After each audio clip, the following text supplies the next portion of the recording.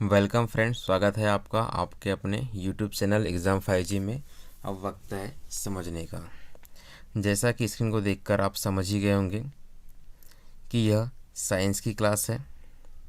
ठीक है, यह साइंस की क्लास है और आज हम इसमें पढ़ेंगे फिजिक्स। और फिजिक्स की जो है वह है क्लास 1। और इस क्लास 1 का जो टॉपिक है वह है यूनिट्स। ये यूनिट नहीं है दोस्तों, यूनिट्स है, थोड़ी प्रिंटिंग मिस्टेक है। यूनिट्स है जिसका हिंदी में मतलब होता है मात्रक या इकाई।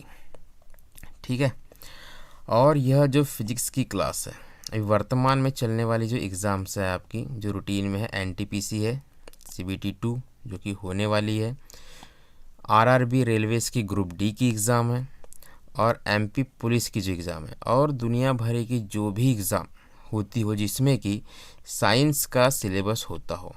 ठीक है, पहली बात कि साइंस का सिलेबस होता हो, और दूसरी बात उस साइंस के सिलेबस में फिजिक्स अगर आपसे पूछी जाती हो तो मैं यह गारंटी के साथ कह सकता हूँ कि PSC से लेकर UPSC तक, ठीक है, और आरक्षक से लेकर SP तक होने वाली सभी एग्ज़ाम जिसमें भी फिजिक्स पूछी जाती हो, जिसमें भी साइंस पूछी जाती हो, इस टॉपिक जिसका नाम है मात्रक या इकाई, इससे बाहर कुछ भी नहीं जाने वाला है। ठीक है, और यह जो हमारी क्लास है इसे मैंने MCQ के फॉर्मेट में रखा हुआ है।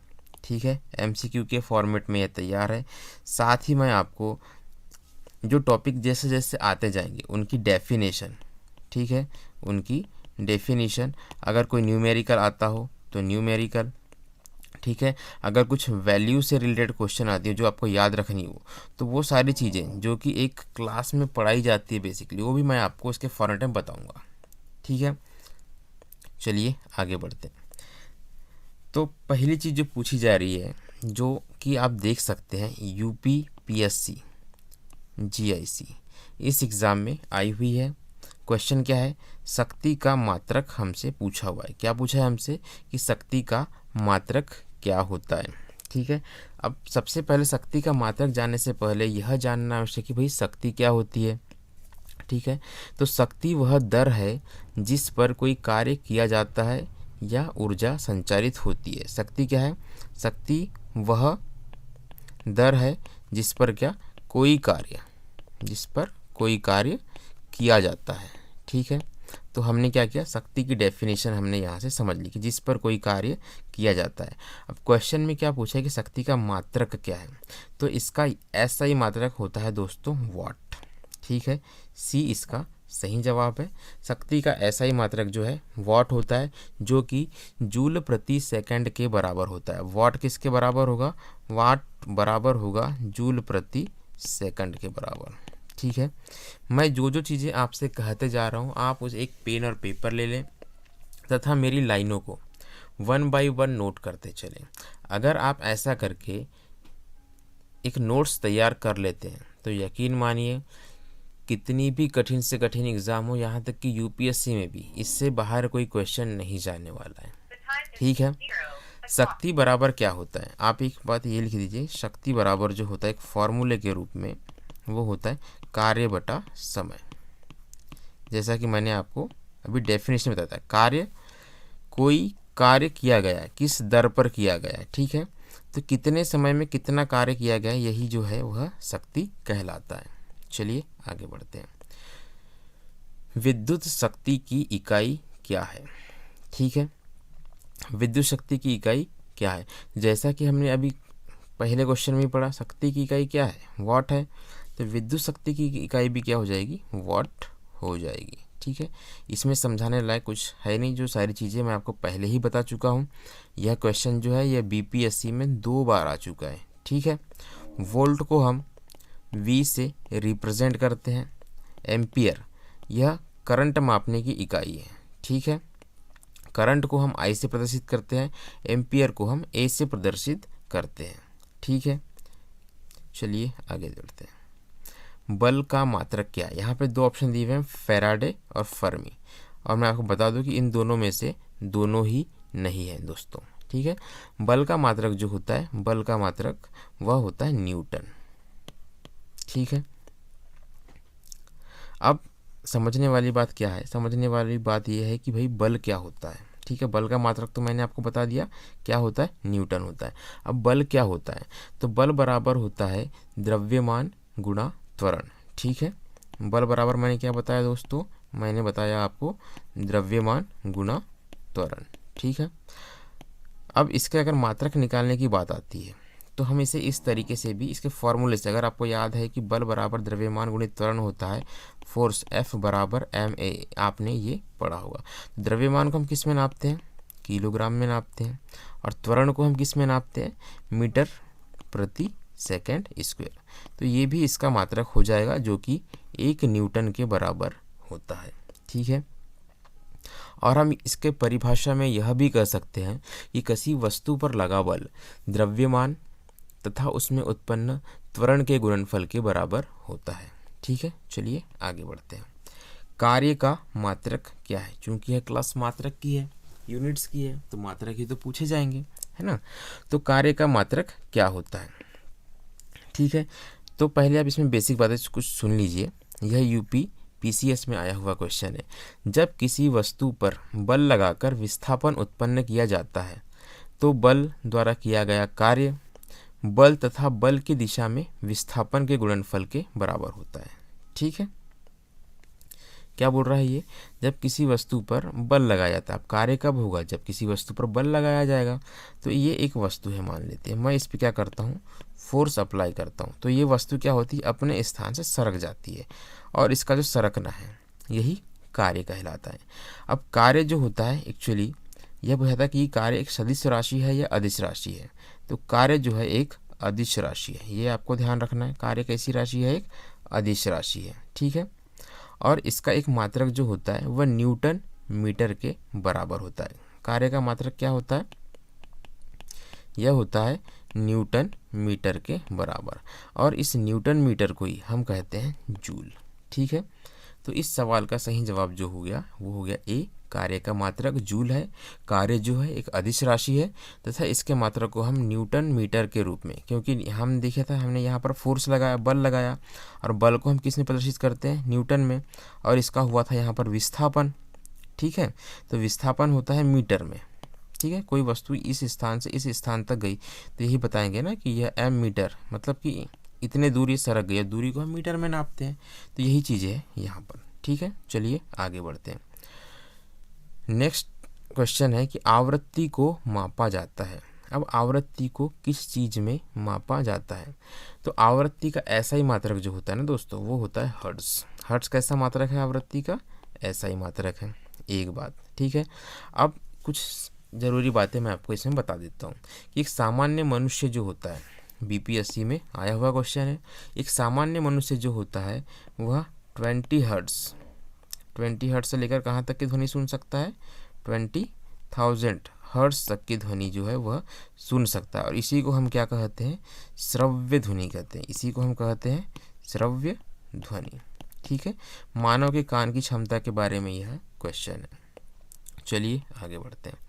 हर्ट्ज में क्या मापा जाता है, हर्ट्ज में क्या मापा जाता है, तो जैसा कि मैंने आपको बताया हर्ट्ज में अभी आवृत्ति मापी जाती है, वही क्वेश्चन है, घुमा फिरा के दिया हुआ है बीपीएससी। पीएससी और यूपीएससी वाले क्या करते हैं कि एक ही प्रकार के क्वेश्चन को घुमा फिरा करके रोटेट करते रहते हैं। ठीक है, तो अगर आपने क्लास पढ़ ली तो डेफिनेटली आपको एग्ज़ाम में एक अच्छा कॉन्फिडेंस लेवल आपके अंदर रहेगा। और फिजिक्स से क्या है, नॉर्मली लोगों को डर लगता है, जिन लोगों का साइंस बैकग्राउंड नहीं है, तो उनके लिए तो यह वीडियो जो है यह ब्रह्मास्त्र साबित होने वाली है। ठीक है, चलिए आगे पूछा गया है, क्या पूछा गया है कि प्रकाश वर्ष इकाई है। ये बोला कि प्रकाश वर्ष इसमें से किस चीज़ की इकाई है। ये तो पीएससी वालों का, स्टेट पीएससी वालों का फेवरेट क्वेश्चन हुआ करता था, पता नहीं आजकल आता है या नहीं आता है। ठीक है, तो सबसे पहले हम प्रकाश वर्ष की डेफिनेशन समझते हैं। ठीक है, जैसा कि नाम से ही स्पष्ट है, प्रकाश के द्वारा एक ईयर में तय की गई दूरी, कितने टाइम में, एक ईयर में। तो प्रकाश एक साल में जितनी दूरी तय करता है उसे हम प्रकाश वर्ष कहते हैं।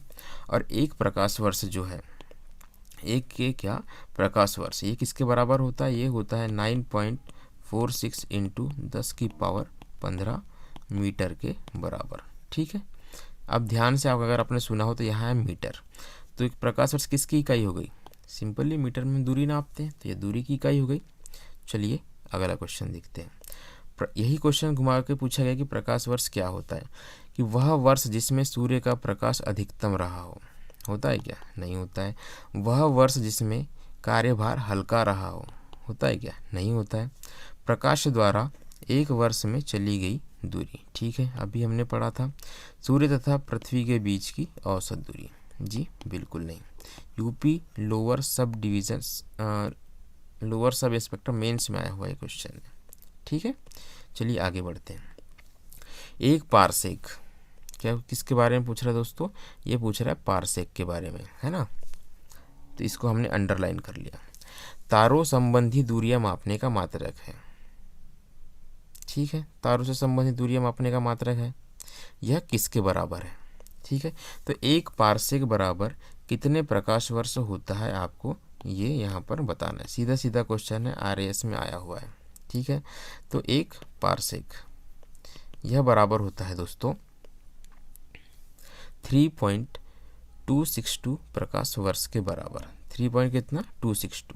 तो ऑप्शन नंबर जो है बी इसका सही जवाब हो जाएगा। यहाँ पर 3.25 दिया हुआ है, लेकिन ये एक्चुअल में क्या होता है, ये 3.262 प्रकाश वर्ष के बराबर होता है। ठीक है, एक पारसेक बराबर जो क्या होता है वो हमने भी आपसे पूछ चुके हैं। ठीक है, हम आपको बता चुके हैं, सॉरी, एक पारसेक बराबर आपको हम बता चुके हैं। तो पारसेक जो है एक्चुअली में क्या है, इसका प्रयोग जो है खगोलीय दूरी को व्यक्त करने में होता है। ठीक है, किसको मापने में होता है? खगोलीय दूरी। तो ये आपका यहाँ से बनने वाला दूसरा क्वेश्चन है। चलिए अगला देखते हैं। माप की कौन सी इकाई को, क्या पूछ रहा है ये, कि माप की ऐसी कौन सी इकाई है, किसमें से, इन चारों में से माप की ऐसी कौन सी इकाई है जिसको 0.39 से क्या करें, गुणा करें, तो हमें क्या प्राप्त होता है? 1 इंच प्राप्त होता है। क्या प्राप्त हो रहा है? हमें इंच प्राप्त हो रहा है। कितना इंच प्राप्त हो रहा है? 1 इंच प्राप्त हो रहा है। ठीक है, चलिए देखते हैं हमें बना पाते हैं। बहुत ही बेसिक क्वेश्चन है ना। वीडियो को पॉज करके आप इसका आंसर बताने की कोशिश कीजिए।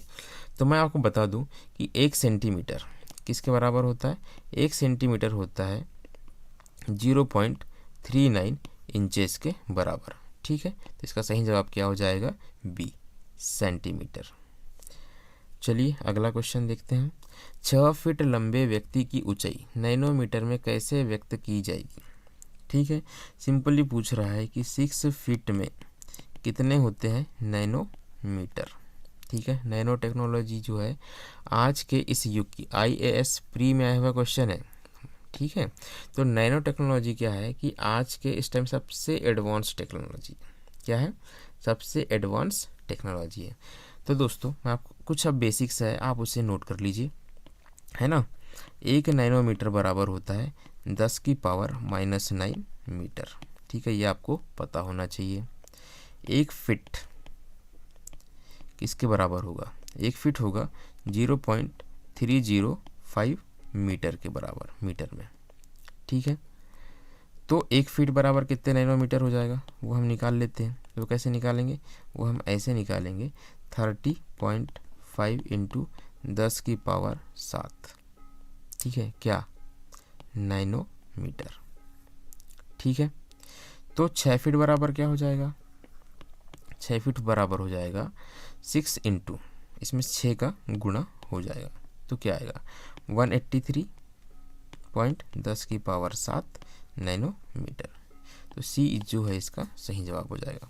इसमें आपको क्वेश्चन क्या याद रखना है कि एक तो जो पूछा गया है ये वाला 16 नंबर, और दूसरा 1 नैनोमीटर बराबर 10⁻⁹ मीटर। ठीक है, चलिए रिपीट हो गया, देखिए, है ना।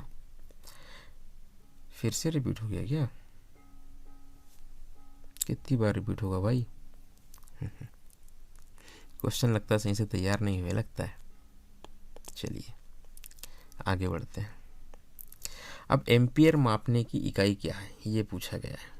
ठीक है, तो एम्पियर का जो उपयोग होता है, मैंने आपको भी पहले भी आपको बताया है, इसका उपयोग जो होता है विद्युत धारा को मापने के लिए होता है। तो एम्पियर क्या है कि विद्युत धारा को मापने की इकाई है।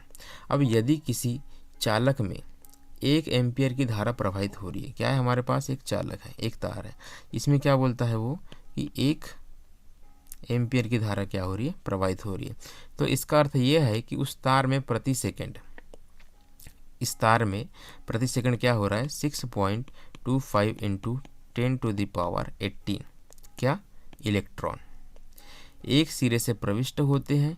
इतने ही इलेक्ट्रॉन जो है प्रति सेकंड दूसरे सिरे से बाहर निकल जाते हैं। ठीक है, तो सीधे मोटे मोटे शब्दों में हम यह कह सकते हैं कि एम्पियर जो है भाई साहब विद्युत धारा मापने की इकाई है।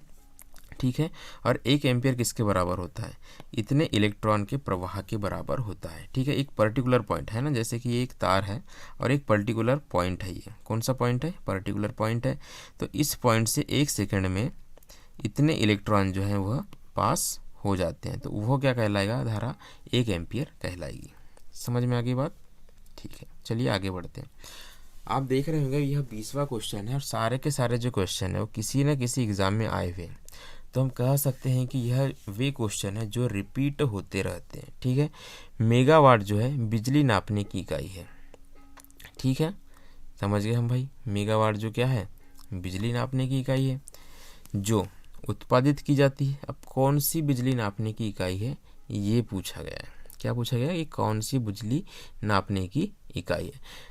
ठीक है, तो यह है जो उत्पादित होती है वाली बिजली नापने की इकाई है। जैसे आप कभी किसी डैम में घूमने गए हो, अगर आपने ध्यान दिया हो, या डैम में ही वैसे बेसिकली बिजली उत्पन्न होती है, क्योंकि मैं तो डैम में ही गया हूँ, एनटीपीसी वगैरह में कभी गया नहीं है। तो वहाँ पर जो लिखा हुआ रहता है, सारी इकाइयाँ जो रहती है वह मेगावाट में रहती है। ठीक है, चलिए 1 मेगावाट बराबर क्या होता है, 10⁶ वाट। ठीक है, 1 मेगावाट बराबर होता है 10⁶ वाट। चलिए आगे बढ़ते हैं। बोल रहा है कि सूची 1 और सूची 2 को सुमेलित करना है। ठीक है, और नीचे दिए गए कूट का प्रयोग करके सही उत्तर हमको क्या करना है, इसमें चुनना है। तो एक तरफ हमें क्या है, सूची 1 में भौतिक राशियाँ दी हुई है और सूची 2 में उसकी इकाई दी हुई है। ठीक है दोस्तों, आप समझ गए। सूची 1 में क्या हुआ है कि भौतिक राशियाँ, सूची 2 में क्या है, इकाई है। अब हमें बताने कि त्वरण किसकी इकाई है। ठीक है, त्वरण की इकाई क्या, तो त्वरण की इकाई जो हम पहले क्वेश्चन में शायद आपको बताया था, मीटर प्रति सेकंड स्क्वायर। ठीक है, बल न्यूटन में मापा जाता है, कार्य जो है यह जूल में मापा जाता है, और आवेग जो है यह न्यूटन सेकंड में नापा जाता है। तो क्या आ गया दोस्तों, ये आ गया आपका 4 है ना, ये आ गया आपका 3, ये आ गया आपका 1 और ये आ गया आपका 2। 4 3 1 2, 4 4 4 4 3 1 2। तो डी जो है इसका सही जवाब हो जाएगा। क्वेश्चन नंबर 22 क्या बोलता है कि निम्नलिखित ऐसा यूनिटों में से कौन सी सही सुमेलित नहीं है। ठीक है, ऐसा यूनिट दी हुई है यहाँ पे आपके, ये ऐसा यूनिट दी हुई है। जैसे कार्य की यूनिट क्या है, जूल, द्रव्यमान क्या है, किलोग्राम, बल की क्या है, न्यूटन, दाब की क्या है, डाइन। ठीक है, ये नहीं है। क्वेश्चन में क्या पूछा गया है कि कौन सा सही सुमेलित नहीं है। तो इसमें से 3 सही है, 1 गलत है। ठीक है, तो कार्य को जूल में नापते हैं क्या, जी हाँ नापते हैं। ठीक है, द्रव्यमान को किलोग्राम में नापते हैं क्या, जी हाँ नापते हैं। बल को न्यूटन में नापते हैं। दाब को डाइन में नहीं नापते हैं। दाब का मात्रक क्या है, पास्कल। ठीक है, दाब को हम पास्कल में नापते हैं। और सीजीएस पद्धति में जो है वो दाब की इकाई जो क्या होती है, वो डाइन होती है सीजीएस पद्धति में, है ना,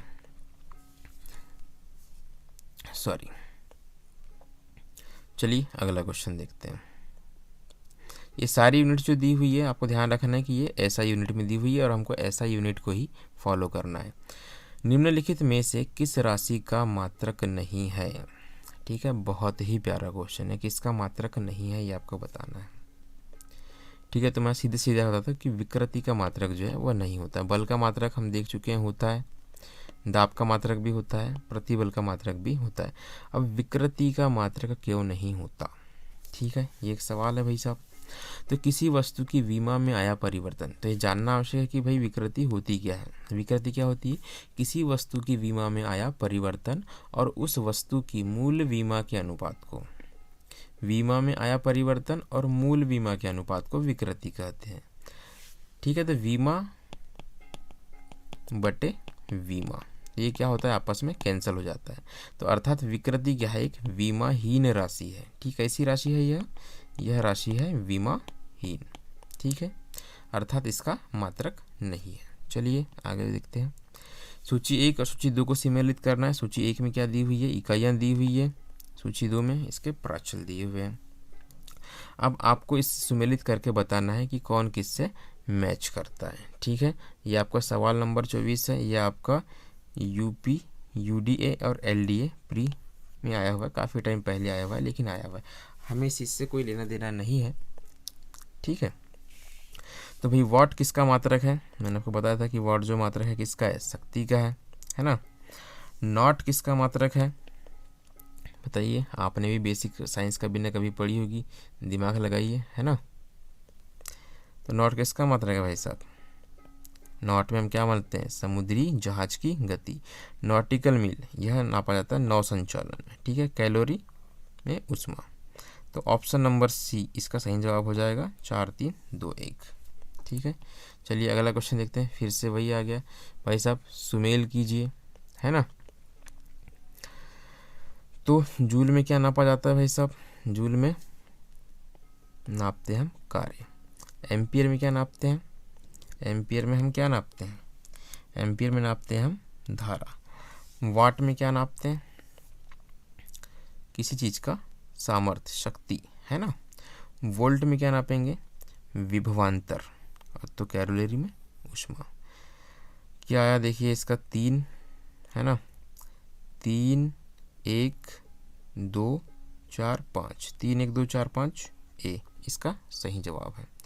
चलिए आगे देखते हैं, निम्नलिखित में से कौन सा सुमेलित नहीं है ना। तो नॉट में क्या, जहाज के चाल की माप, बिल्कुल सही। नॉटिकल मील में नौ संचालन, बिल्कुल सही, अभी पढ़ा है। एंगस्ट्राम में, एंगस्ट्राम क्या, प्रकाश के तरंग धैर्य की इकाई है, इसको आप नोट कर लीजिए। एंगस्ट्राम क्या है, प्रकाश के तरंग धैर्य की इकाई है, सही है। प्रकाश वर्ष में समय मापन की इकाई नहीं, प्रकाश वर्ष किसकी इकाई थी, दूरी की इकाई थी। ठीक है, चलिए अगला क्वेश्चन, एंगस्ट्राम किसकी इकाई है, अब भी कुछ देर पहले आपको बताया। अगर आप अभी भूल गए तो भाई मेरी गलती नहीं, ये मैं आपको नहीं बताऊंगा, आप खुद ही लगा लीजिएगा, है ना। 1 हार्स पावर में कितने वॉट होते हैं, 1 हार्स पावर बराबर कितना होता है। ठीक है, सीधा सीधा क्वेश्चन है, 746 वाट। किसी कर्ता के द्वारा कार्य करने की दर को उसकी शक्ति कहते थे। ठीक है, और शक्ति का मात्रक क्या होता था, जूल प्रति सेकंड, जिसको हम वाट कहते थे। अब ऐसे ही बहुत सारे जो वाट है, कितने वाट, 746 वाट मिलकर क्या बन जाएंगे, एक हॉर्स पावर, HP। ठीक है, हॉर्स पावर आपने अपने घर में कहीं ना कहीं पर वर्ड सुना होगा, किस चीज़ के बारे में सुना है, आप थोड़ा ध्यान कीजिए और मुझे बताइएगा। ठीक है भाई, वापस से आपको मेल मिलाप करने का समय आ गया है ना। सूची आपको मिलानी है। उच्च वेग किस में मापा जाता है, तो ये मापा जाता है मैक में। ठीक है, मैक में हम क्या मापते हैं, अगर आपको याद आ रहा हो तो, अगर आप करंट अफेयर में पढ़ रहे हो तो जो विमान बन रहे हैं हमारे आजकल, है ना, सुपरसोनिक विमान जो हम कहते हैं, या और भी विमान जो बनते हैं, इनकी गति जो मापी जाती है वह मैक में मापी जाती है ना, क्योंकि ये उच्च वेग की मापा जाता है इसमें। और ये जो विमान बनते हैं अत्यधिक तेज चाल से चलते हैं, अर्थात उच्च वेग से चलते हैं, तो मैक आपने उसके संबंध में कहीं ना कहीं पर सुना होगा। तरंग धैर्य मापा जाता है एंगस्ट्राम। ठीक है, दाब पास्कल में आपको बता चुके हैं, ऊर्जा जूल में बता चुके हैं, यानी कि 1 2 3 4 किस में है, 1 2 3 4, 1 2 3 4 सी में, सही जवाब हो गया आपका, है ना। जूल ऊर्जा से उसी तरह संबंधित है जैसे पास्कल संबंधित है। ठीक है, बताने की ज़रूरत है क्या, नहीं है। 1 माइक्रोन बराबर कितना होता है, ठीक, 1 माइक्रोन बराबर आपको बताना है। तो 1 माइक्रोन बराबर होता है दोस्तों ये। चलिए आगे बढ़ते, सीधा सीधा क्वेश्चन है, इसमें ऐसा कुछ है नहीं। 1 माइक्रोन लंबाई प्रदर्शित करता है। ठीक है, अच्छा आपको ये बताया जा सकता है कि 1 माइक्रोन बराबर होता कितना है, 1 माइक्रोन CRON। ठीक है, 1 माइक्रोन बराबर होता है 10⁻⁻6 मीटर।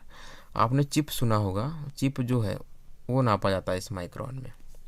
ठीक है, 1 माइक्रोन लंबाई प्रदर्शित करता है, कितनी लंबाई प्रदर्शित करता है, वही जो मैंने आपको बताया 10⁻⁻6 मीटर। कहाँ दिया हुआ है ये, पता नहीं, इसमें कुछ गड़बड़ लगती है मुझे। अच्छा, यही मैंने मीटर में बताया हुआ है, सॉरी, सेंटीमीटर में क्या हो जाएगा ये 10⁻⁻4 सेंटीमीटर। ठीक है, मीटर को सेंटीमीटर में कैसे कन्वर्ट करते हैं ये आप देख लीजिएगा। क्या पूछा गया है कि निम्नलिखित में से कौन सा एक सुमेलित नहीं है।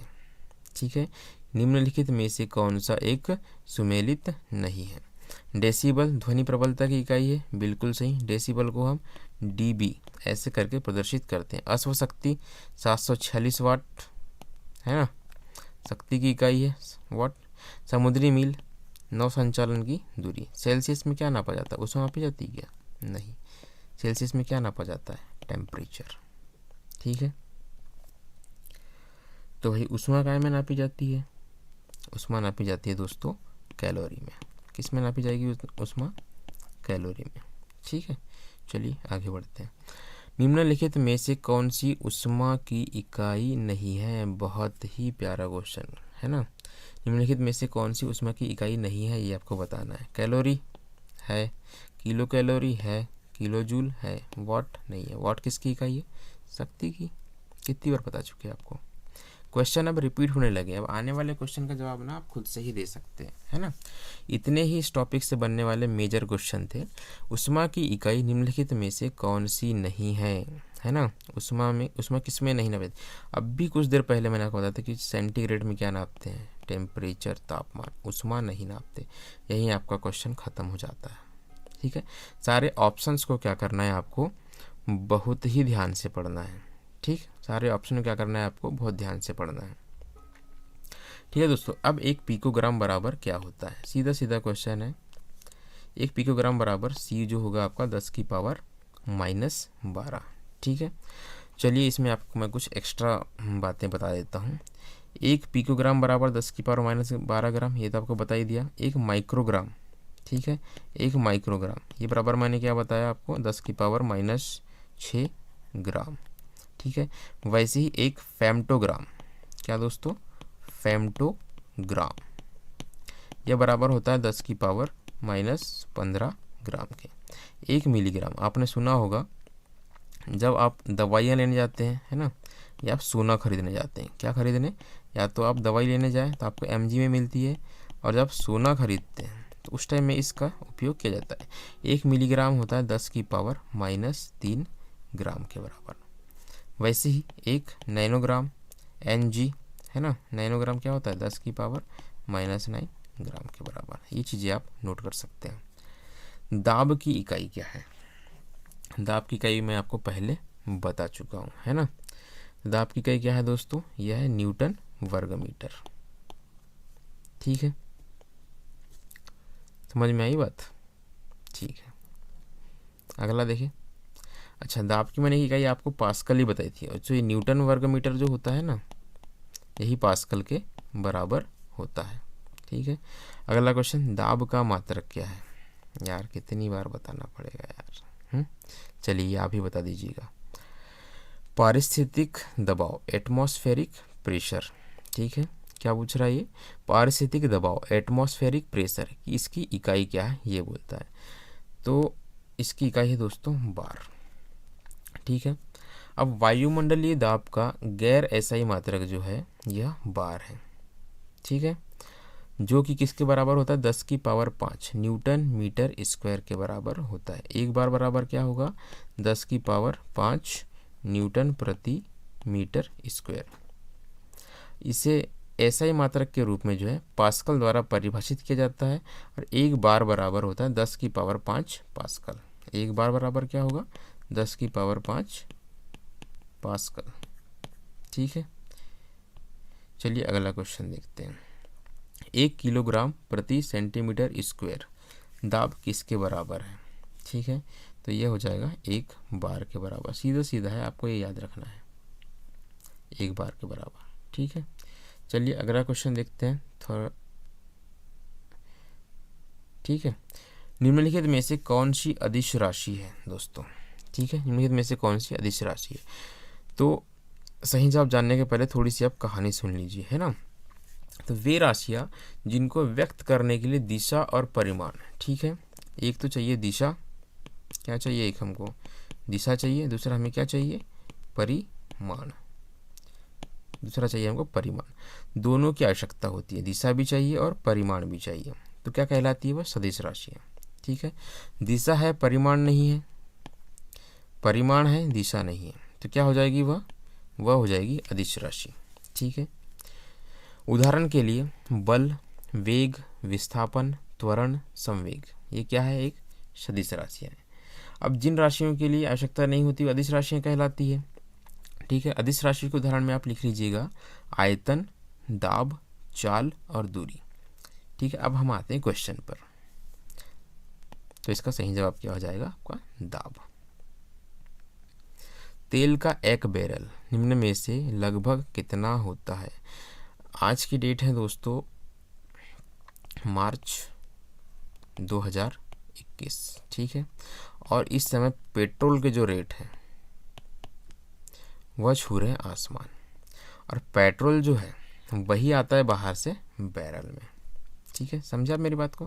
तो एक बैरल में कितने लीटर होते हैं ये आपको बताना है। तो एक बैरल, क्या, एक बैरल ये बराबर होता है 158.9873 लीटर के बराबर में, ठीक है। सही जवाब क्या है इसका, आसपास की इकाई है 159, तो ये इसका सही जवाब हो जाएगा। चलिए नेक्स्ट क्वेश्चन देखते हैं। लंबाई की न्यूनतम इकाई क्या है, ठीक है। न्यूनतम से मतलब ये है कि जो दिए गए 4 ऑप्शन है, जैसे कि माइक्रोन, नैनोमीटर, ठीक है, फर्मीमीटर और एंगस्ट्रॉम, इसमें से न्यूनतम इकाई क्या होता है। माइक्रोन क्या होता है, 10⁻⁻6 होता है। नैनोमीटर क्या होता है, 10⁻⁻9 होता है। एंगस्ट्रॉम क्या होता है, 10⁻−10 होता है। और फर्मी होता है 10⁻−15, ठीक है। क्या पूछा इनने हमें, न्यूनतम इकाई, छोटा कौन सा सबसे, तो क्या होगा इसमें, फर्मीमीटर सबसे छोटा होगा, ठीक है। आगे बढ़ते हैं। पास्कल किसकी इकाई है, बताना पड़ेगा क्या, बिल्कुल नहीं, है ना, ये आप देख लीजिएगा। चलिए अगला क्वेश्चन देखते हैं। यह सूची 1 और सूची 2 को क्या करना है, आपको आपस में मिलाना है। सूची 1 और सूची 2 को क्या करना है, आपको आपस में मिलाना है। क्यूसेक, क्यूसेक में हम क्या नापते हैं, प्रवाह की दर, ठीक है। बाइट में हम क्या नापेंगे दोस्तों, बाइट में हम नापेंगे कंप्यूटर, ठीक है। रिक्टर, एक स्केल पर क्या नाम, रिक्टर एक स्केल है जिसमें हम भूकंप की तीव्रता, है ना, सिस्मोग्राफी जो स्केल होता है वह रिक्टर में होता है ना। और बार से दाब, ये तो हम आपको कई बार बता चुके हैं। तो क्या आया दोस्तों, 3, 4, 2 और 1, 3, 4, 2 और 1, 34, 21, है ना। बी इसका सही जवाब है। चलिए आगे बढ़ते हैं। क्यूसेक में क्या नापा जाता है, क्यूसेक में क्या नापा जाता है। तो ये मैं आपको इसके पहले वाले क्वेश्चन में बताया है आपको, क्यूसेक में क्या नापते हैं, बताने की ज़रूरत नहीं है। निम्नलिखित में से कौन सा एक वायुमंडल के ओजोन परत की मोटाई नापने वाली इकाई है। बहुत ही प्यारा क्वेश्चन है ना, कि ओजोन परत की जो मोटाई है वह किस इकाई में नापी जाती है। तो ओजोन परत की इकाई नापी जाती है दोस्तों डॉप्सन में, ठीक है। वायुमंडल में ओजोन परत की जो इकाई है डॉप्सन में मापी जाती है, ठीक है। और डॉप्सन किस में होता है, माइक्रोमीटर में कुछ ऐसा इसका होता है, एग्जैक्टली मुझे अभी याद नहीं आ रहा है, ठीक है। तो हम अगला क्वेश्चन देखते हैं। कुछ गलत बताने से अच्छा है कि मैं आपको कुछ बताऊं ही नहीं, है ना। क्या है, डॉप्सन इकाई का प्रयोग किया जाता है ओजोन परत की मोटाई नापने में, ठीक है दोस्तों। तो हमने क्या किया, हमने आज देखा मात्रक इकाई से बनने वाले प्रश्न, ठीक है। कहाँ से कहाँ तक देखा हमने, पीएससी से लेकर यूपीएससी तक। और यूपीएससी से बड़ी एग्ज़ाम इंडिया में कोई है नहीं, और आप पढ़ तैयारी कर रहे हैं इंडिया में गवर्नमेंट सर्विस एग्ज़ाम के लिए। तो अगर यूपीएससी में भी कोई क्वेश्चन आता है इस यूनिट्स से, तो वह आपसे छूटने वाला नहीं है। तो जनरल साइंस के ऐसे ही धांसू प्रश्नों की सीरीज जो हमने चालू की है, इसमें आगे तक बने रहने के लिए आपको क्या करना है, सबसे पहले काम ये करना है कि हमारे चैनल को आपको सब्सक्राइब करना है। दी हुई जानकारी यदि सटीक लगी हो, अगर कुछ गलत बताया हो तो आप मुझे कमेंट बॉक्स में कमेंट करके बता सकते हैं। ठीक है दोस्तों, अच्छा लगा हो वीडियो तो लाइक करो।